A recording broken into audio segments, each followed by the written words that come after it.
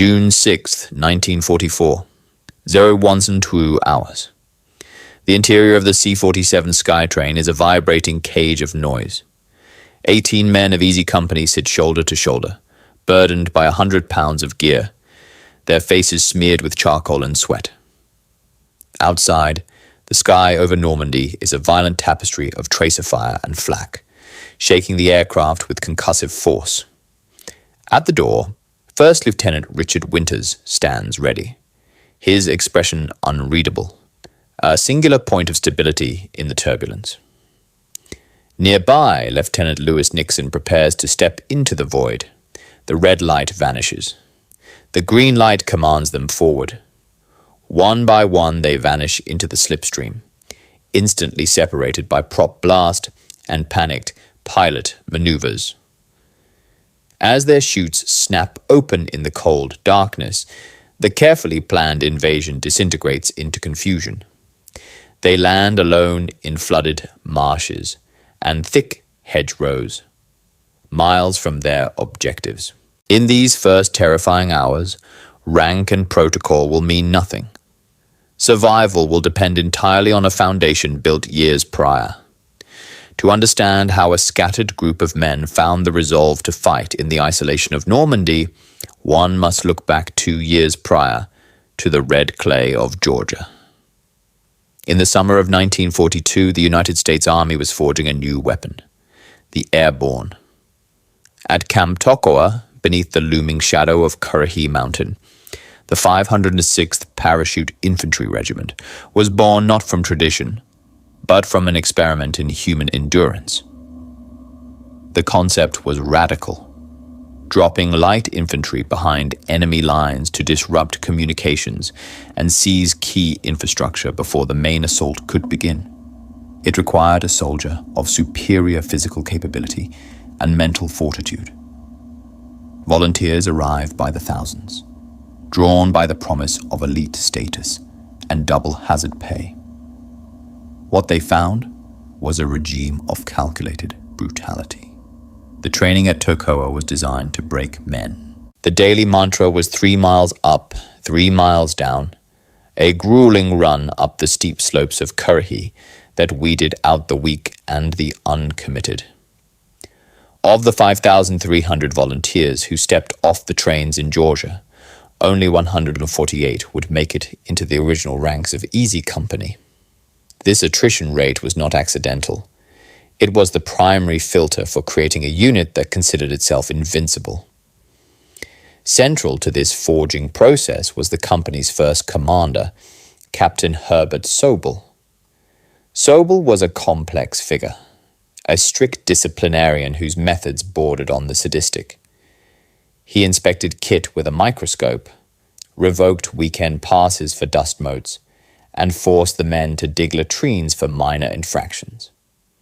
While his tactical acumen in the field was often questioned, his ability to harden civilians into soldiers was undeniable. He created a common enemy for the men. Their hatred for Sobel's petty tyranny unified them more effectively than any patriotic speech. They bonded in shared misery, learning to rely on each other because they could not rely on their commander's empathy. Amidst this sweltering forge, 2 junior officers began a friendship that would become the emotional spine of the company. Second Lieutenant Richard Winters was the embodiment of the Protestant work ethic, a teetotaler from rural Pennsylvania who led by example. He ran the miles, did the push-ups, and studied the manuals. He was serious, reserved, and deeply focused on the mechanics of soldiering. In stark contrast stood Second Lieutenant Louis Nixon. A Yale-educated son of a wealthy industrialist, Nixon was cynical, sophisticated, and fond of whiskey. He possessed a sharp, analytical mind that cut through military bureaucracy, but he lacked Winters' athletic discipline. On the surface, they were opposites. Winters spent his evenings cleaning his M1 Garand and studying maps.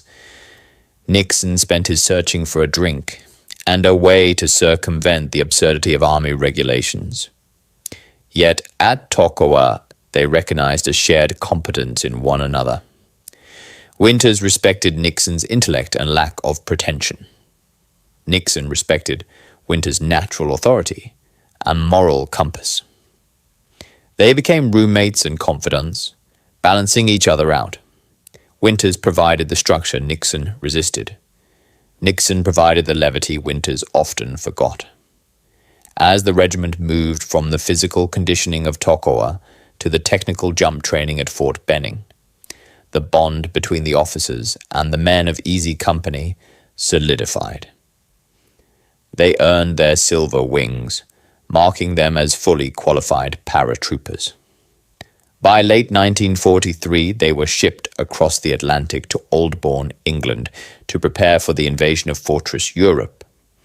Here, the theoretical war games of Georgia were replaced by the impending reality of combat.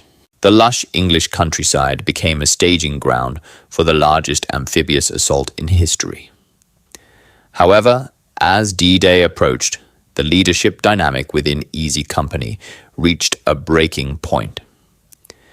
The men had grown to respect Winters as a tactician and a leader they would follow into fire. Conversely, their confidence in Captain Sobel had eroded completely during field maneuvers, where his inability to read maps or make fluid decisions became dangerously apparent. The non-commissioned officers, the backbone of the company, took an unprecedented step. A mutiny, where they threatened to resign their stripes rather than follow Sobel into combat. It was a crisis that threatened to dismantle the unit weeks before the invasion. Colonel Sink, the regimental commander, resolved the situation by transferring Sobel to a training command and placing First Lieutenant Thomas Meehan in charge of Easy. Winters remained a platoon leader, his influence steadying the men during the transition. The political turmoil settled just as the company was sealed in the marshalling areas. They checked their chutes, sharpened their bayonets, and blackened their faces. The training was over. The experiment was about to be tested against the German Wehrmacht. The battlefield awaiting Easy Company was a masterwork of defensive engineering. By the spring of 1944, Field Marshal Erwin Rommel had turned the coast of Normandy into the Atlantic Wall, a jagged line of bunkers, mines, and beach obstacles designed to crush an amphibious assault before it reached the dunes. But Rommel knew that the true danger lay not just on the sands, but in the rapid deployment of Allied reinforcements inland. To counter this, he flooded the low-lying fields behind Utah Beach, turning the pastoral French countryside into a deadly, swampy mire. He planted millions of Rommel's asparagus, wooden poles wired with explosives, in open fields to shear the wings off gliders and paratroopers. The strategic assignment for the 101st Airborne Division was arguably the most critical component of the Utah Beach landings. The geography of the Cotentin Peninsula meant that the amphibious forces of the U.S. 4th Infantry Division would land on a strip of sand separated from the mainland by these flooded marshes. Only 4 narrow causeways connected the beach to solid ground. If the Germans held these causeways, the infantry would be trapped on the beach, creating a slaughterhouse. The mission of the 101st was to drop 5 hours ahead of the seaborne invasion, seize the western exits of these causeways, and hold them against inevitable German counterattacks. Facing them were elements of the German 709th and 253rd Static Infantry Divisions, largely composed of Osttruppen, conscripts from the east, stiffened by the hardened veterans of the 6th Parachute Regiment and the 91st Luftlande Division. These were not the hollowed-out units of late 1945. This was a well-equipped, dug-in enemy fighting on familiar terrain.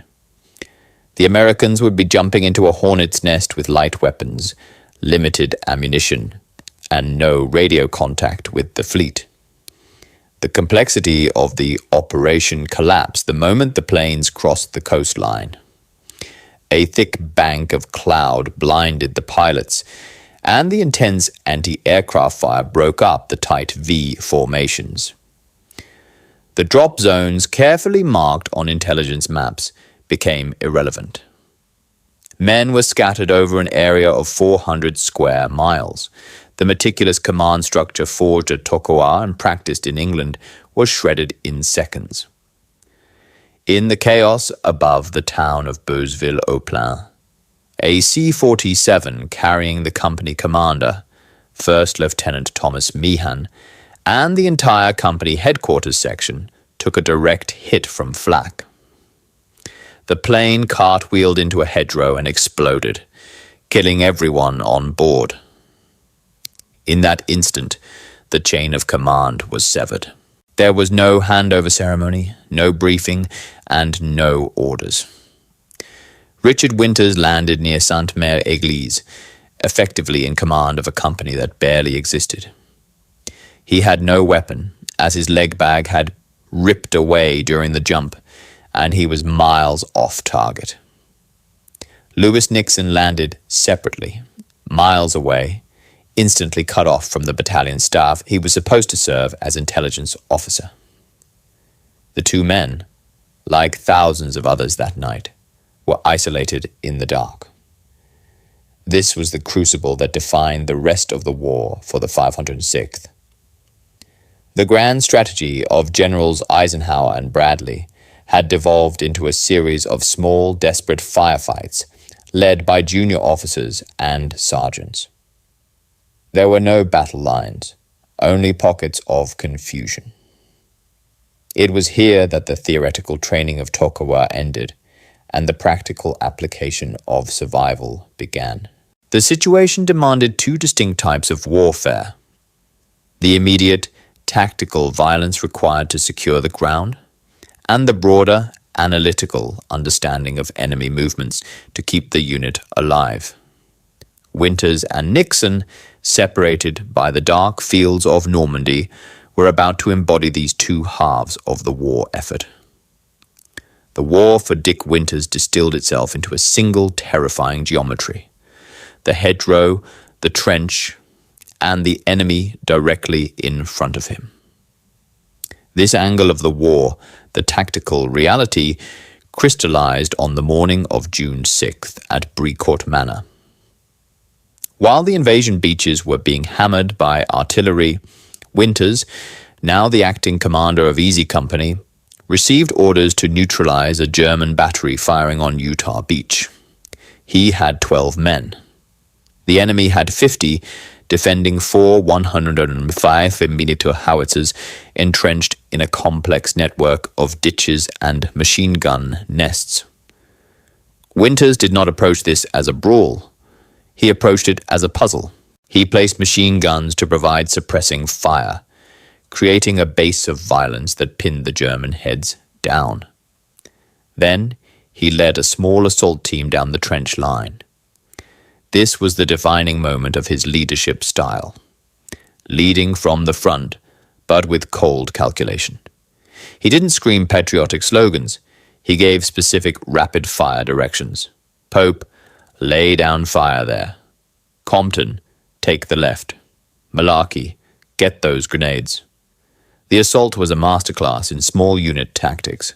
Winters and his men moved methodically from gun to gun, clearing the trenches with TNT and grenades. In the chaos of the firing pits, amidst the concussions of exploding ammunition, Winters remained the calm center. He wasn't just fighting, he was managing the chaos. By the time they withdrew, all 4 guns were destroyed. The firing on Utah Beach had ceased, and a map detailing every German gun position on the Cotentin Peninsula had been secured. This map provides the bridge to the second angle, the War of Lewis Nixon. While Winters was in the mud with grease on his hands, Nixon was fighting the war of abstraction. As the battalion intelligence officer, Nixon's battlefield was a folding table covered in acetate overlays and reconnaissance reports. His war was not about taking the next hedgerow. It was about predicting where the German armor would be 3 days from now. Nixon's perspective was unique among the officers of the 101st. He was the only man in the unit who arguably understood the war better than the generals planning it. And that knowledge bred a deep, corrosive cynicism. He saw the disconnect between the optimistic briefings at headquarters and the bloody reality his friend Winters faced on the line. While Winters relied on his rifle, which he kept immaculately cleaned, Nixon famously never fired a shot in combat. He carried a carbine, but his primary tool was his flask. The relationship between the two men functioned because they occupied these separate but complementary realities. When Winters brought the map from Brecourt to headquarters, it was Nixon who translated that tactical victory into strategic value. Nixon took the bloody paper, analyzed the German positions, and relayed the coordinates to the Navy offshore. Within minutes, the remaining German batteries were obliterated by heavy naval gunfire. Winters provided the raw data of combat. Nixon provided the processing power. This dynamic persisted as the company moved through the bocage country. The fighting in the hedgerows was claustrophobic and brutal. A single field could take all day to capture, costing a dozen lives. For Winters, the burden was immediate and personal. He knew the names of the men dying. He wrote the letters home. His leadership was defined by a heavy moral responsibility to keep his men alive while killing the enemy. He developed a sixth sense for danger, often standing up in fire to direct movement, seemingly immune to the fear that paralyzed others. For Nixon, the burden was existential. He had access to the casualty rates across the entire theater. He saw the meat grinder of the attrition war. His coping mechanism was detachment, fueled by VAT 69 whiskey. He masked his trauma with wit and alcoholism, a sharp contrast to Winters' stoic sobriety. Yet Nixon was never drunk on duty in a way that endangered men.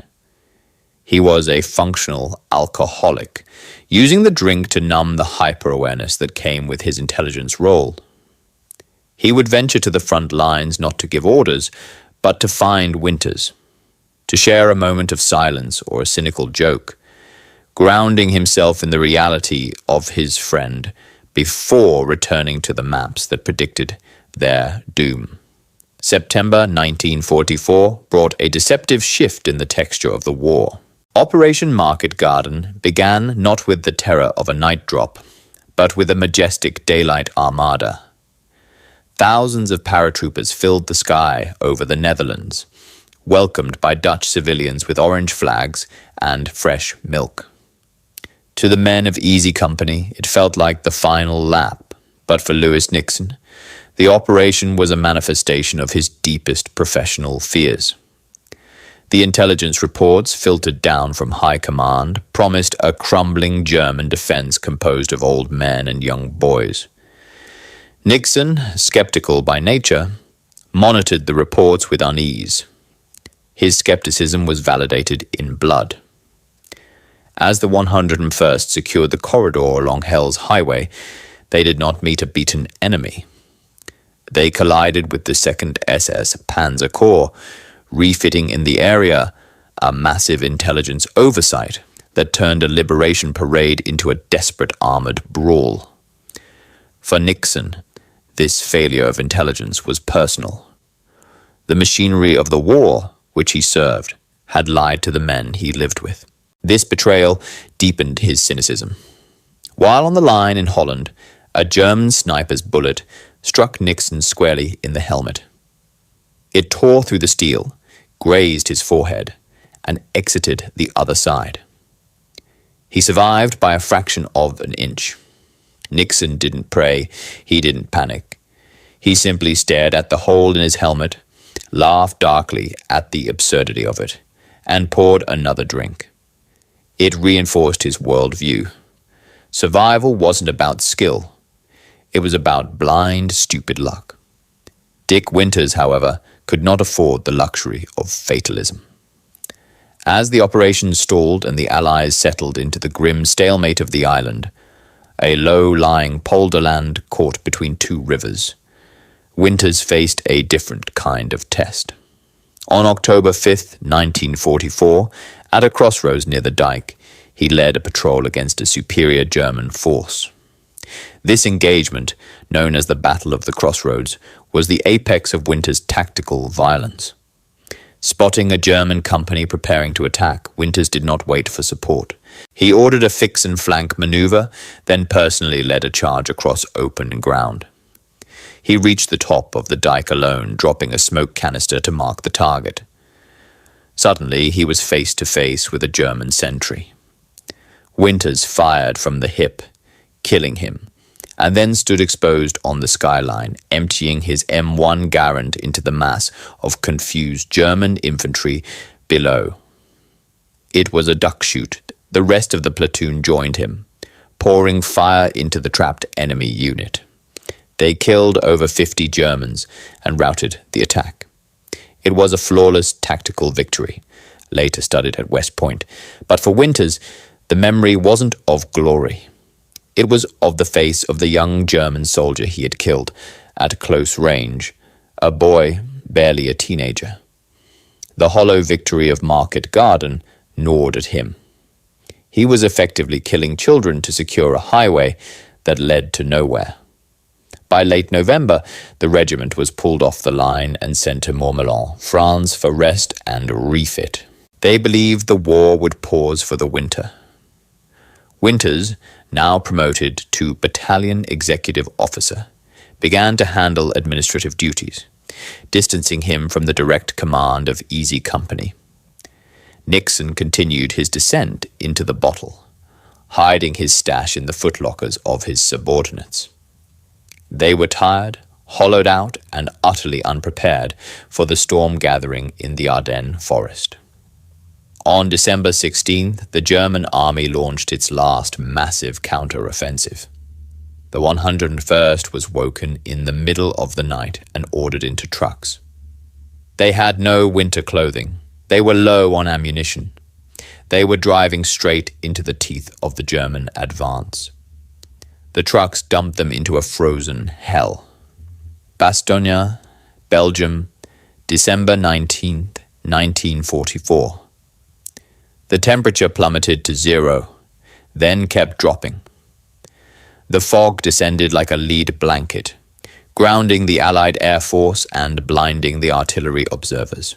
Easy Company was ordered to hold the line in the Bois Jacques, a dense pine forest overlooking the road to Foy. They dug into the frozen earth with mess kits and bayonets, creating shallow scrapes that offered minimal protection against the coming storm. They were encircled. To the north, south, and east, 7 German divisions tightened the noose. The 101st had no winter coats, no galoshes, and critically, low ammunition. The medical stations ran out of plasma. They used snow to pack wounds. For the men in the foxholes, the war shrank to the shivering man next to them, and the terrifying sound of the German 88s. The artillery barrages in the Bois Jacques were unlike anything they had faced in Normandy or Holland. The Germans used tree bursts, shells fused to detonate on contact with the pine canopy. The explosions sent razor-sharp wood splinters raining down into the foxholes, maiming men who thought they were safe. The psychological toll was catastrophic. Veteran soldiers, men who had jumped into D-Day without flinching, began to crack under the relentless random concussions. Dick Winters, now the battalion executive officer, refused to stay in the command post. He spent his days and nights walking the line. He moved from foxhole to foxhole, often under mortar fire, checking on the men. He shaved every day in the freezing cold, using melted snow, maintaining a facade of absolute discipline. To the men, seeing Winters clean-shaven and calm amidst the carnage was a psychological anchor. It told them that order still existed. He didn't offer false hope. He offered presence. He would crouch by a shivering soldier, check his boots for trench foot, ask about his ammo, and move on. He was the glue holding the battalion together. Lewis Nixon, conversely, was drowning. As the S2, he knew exactly how dire the situation was. The map in the command post showed a sea of red German icons swamping their isolated blue pocket. During the siege, Nixon walked away from the maps. He ventured out to the foxholes, not to inspect, but to survive the crushing weight of the intelligence he possessed. He had run out of whiskey. In a moment of desperate irony, the only thing keeping him functioning was the adrenaline of the shelling itself. On Christmas Eve, the Luftwaffe bombed Bastogne. The ground shook violently, threatening to collapse the cellar where the officers were billeted. Nixon and Winters sat in the dark, the dust falling from the ceiling beams. It was the nadir of their war. They were freezing, starving, and surrounded. Yet, when the German commander sent a surrender ultimatum, and General McAuliffe responded with the famous nuts, it was Nixon who cracked a smile. It was the kind of defiance he understood, absurd, stubborn, and utterly necessary. But defiance could not stop the shrapnel. The shelling intensified, casualties mounted. Easy Company's commander, Lieutenant Norman Dyke, was frequently absent from the line, earning the moniker Foxhole Norman. The men felt abandoned by their immediate leadership. They looked past Dyke to Winters, but Winters was shackled by his rank. As a battalion XO, he could not simply take over the company without orders. He had to watch from a distance as the men he had trained were methodically torn apart by the artillery. The tension reached its breaking point in January. The fog finally lifted. P-47 Thunderbolts screamed overhead, smashing the German armor. Patton's Third Army broke the siege from the south, but the 101st was not rotated out. Instead, they were ordered to go on the offensive. They had to take the town of Foy, a German stronghold sitting at the bottom of a gentle slope, surrounded by open fields. It was a suicide run. January 13th, 1945. The attack on Foy began in deceptive silence. Easy Company emerged from the tree line, spreading out across the snow-covered pasture that sloped down toward the village. From his vantage point at the edge of the woods, Captain Winters watched through binoculars. He had planned the assault down to the meter, but he was no longer the one executing it. That responsibility fell to Lieutenant Dyke. The company moved well initially, using the cover of a haystack to screen their advance. Then, inexplicably, they stopped. 200 yards from the first buildings, exposed in the open, Dyke ordered the men to dig in behind the haystacks. It was a tactical error of lethal proportions. German snipers and machine gunners in the windows of Foy opened fire. Mortars began to walk their way across the white field, churning up black earth and bodies. Winters stood paralyzed by the spectacle. He watched his company, the unit he had forged, being dismantled because of indecision. "Get them moving," he screamed, his voice cracking against the roar of battle. He paced the tree line, adrenaline flooding his system. He slung his rifle, prepared to sprint into the field and take command himself. He took a step, but Colonel Sink, standing nearby, shouted him down. "You can't go out there, Dick." It was the curse of promotion. Winters was too valuable to lose, yet he was forced to watch his friends die because he wasn't there to lead them. In the chaos, Dyke had frozen. He was hyperventilating, unable to issue orders or use the radio. The platoon leaders screamed for instructions that never came. The attack was stalling into a massacre. Winters scanned the line, desperate. He spotted Lieutenant Ronald Spears, a dog company officer, known for his fearlessness and rumors of brutality. Winters didn't hesitate. He grabbed Spears by the jacket. "Spears, get out there. Relieve Dyke and take that attack on in." Spears didn't salute. He didn't ask questions. He turned and ran. He sprinted through the snow, past the exploding mortar shells, straight into the kill zone. He reached the haystack, relieved the shell-shocked Dyke, and immediately began issuing orders. The effect was electric. The paralysis broke. Easy Company stood up and returned fire. Then Spears did the impossible.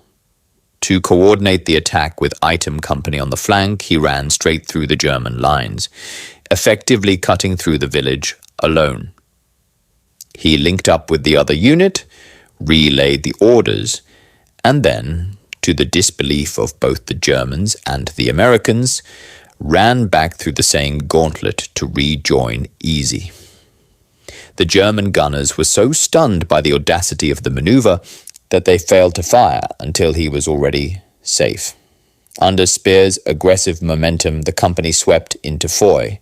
They cleared the houses room by room with grenades and bayonets. The frustration of the last month in the freezing woods was unleashed in a fury of close-quarters combat. By evening, the village was secure. The German line was broken. Winters walked down the slope into the town as the firing died down. He saw the bodies of his men in the snow, but he also saw the survivors standing tall. They had endured the artillery, the cold, and the failure of leadership, and they had won. But something had changed. The bond of the band of brothers had been tested to its limit. They were no longer just fighting for victory.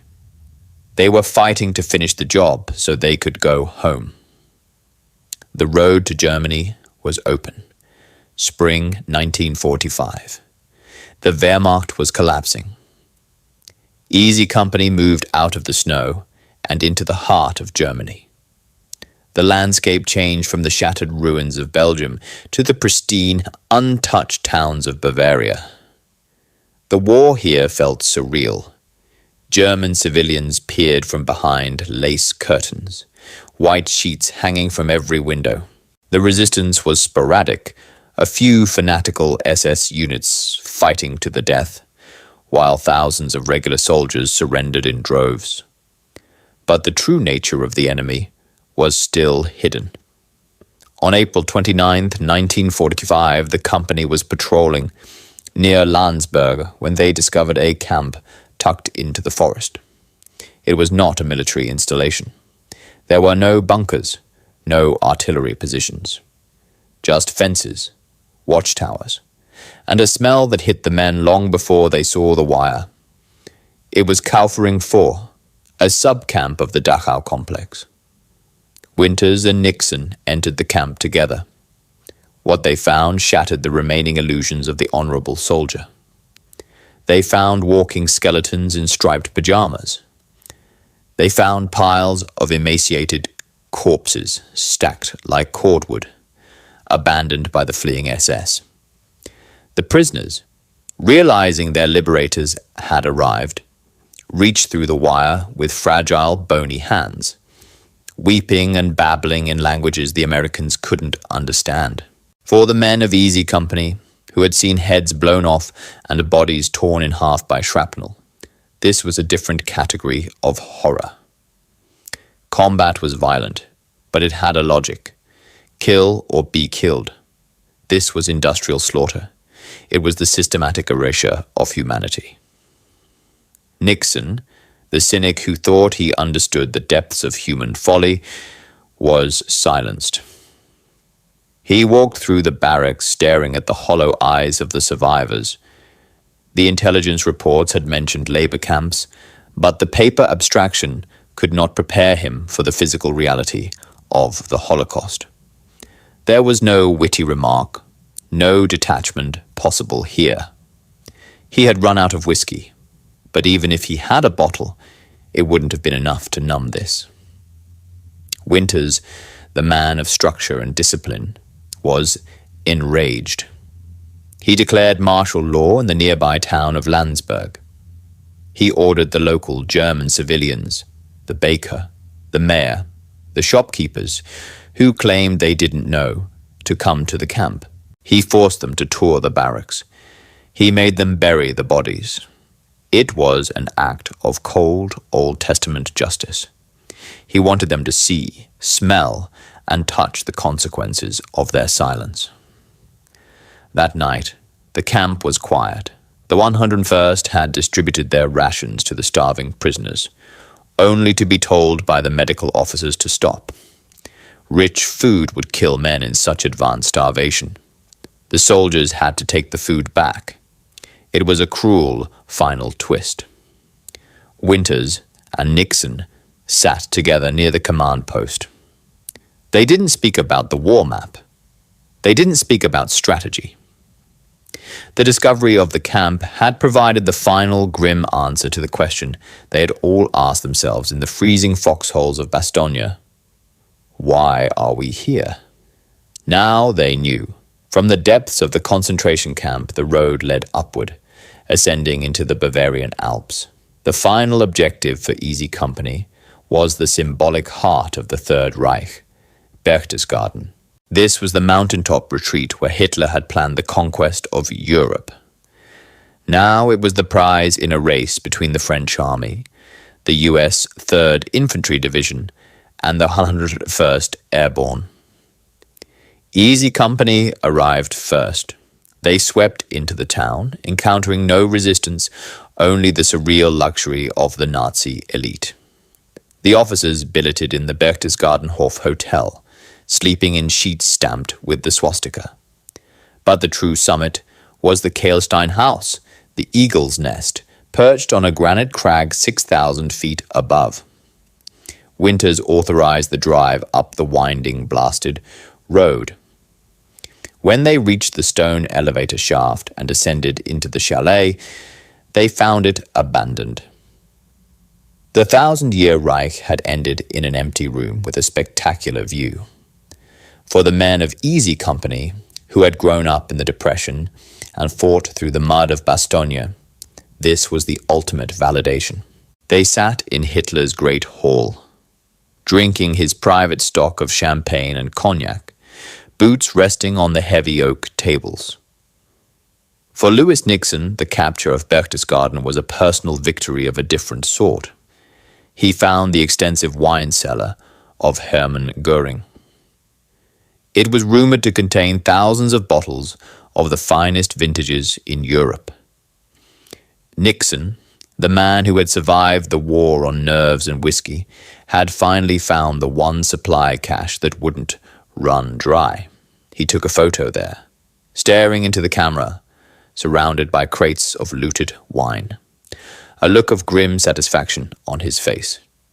It was the only time in the war he seemed truly at peace. On May 8, 1945, the war in Europe officially ended, but the relief was instantly tempered by the point system. The army announced that only men with 85 points could go home. Points were awarded for medals, wounds, and time in service. Those who fell short were slated for transfer to the Pacific Theater to invade Japan. The cohesion of the unit began to disintegrate. The band of brothers was being dismantled by paperwork. Men who had fought side by side for 3 years were suddenly separated by a mathematical formula. Winters, with plenty of points, had a choice. He could stay in the army, a career he was perfectly suited for, or return to the quiet obscurity of civilian life. He looked at Nixon. Nixon had already decided. He was done. He had seen enough of the world, and he didn't like what he saw. He wanted to go home. Winters filed his paperwork. He had survived D-Day, Market Garden, and the Bulge. He had led men through the worst conflict in human history without losing his humanity. As they packed their captured Lugers and Nazi flags into wooden crates, the two officers stood on the balcony of the Grand Hotel, looking out over the pristine alpine lake. The gunfire had stopped. The silence was deafening. The war did not end when the uniforms came off. It merely changed shape. For Lewis Nixon, the transition to peace was turbulent.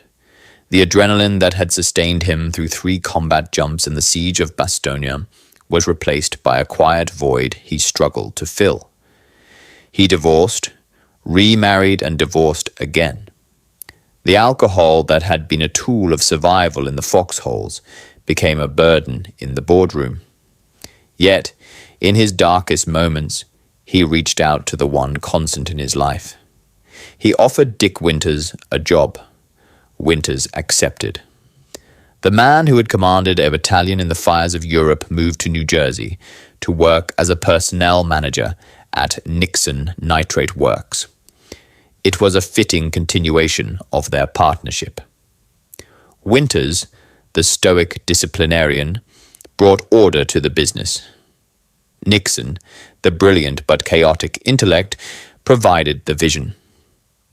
They remained best friends for the rest of their lives, 2 halves of a whole that had been forged in the crucible of Toccoa.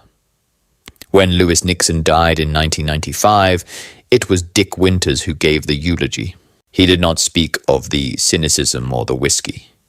He spoke of the brilliant intelligence officer who had walked through the fire of the Bulge without a weapon, armed only with a map and a refusal to be afraid. Their story reveals the fundamental duality of command. War requires the Winters, the moral anchor, the man who can lead a charge and keep his soul intact. But it also requires the Nixon, the realist who understands that heroism is often just a matter of geography and luck. Alone, Winters might have broken under the sheer weight of responsibility. Alone, Nixon might have been consumed by his own nihilism. Together they balanced the scales.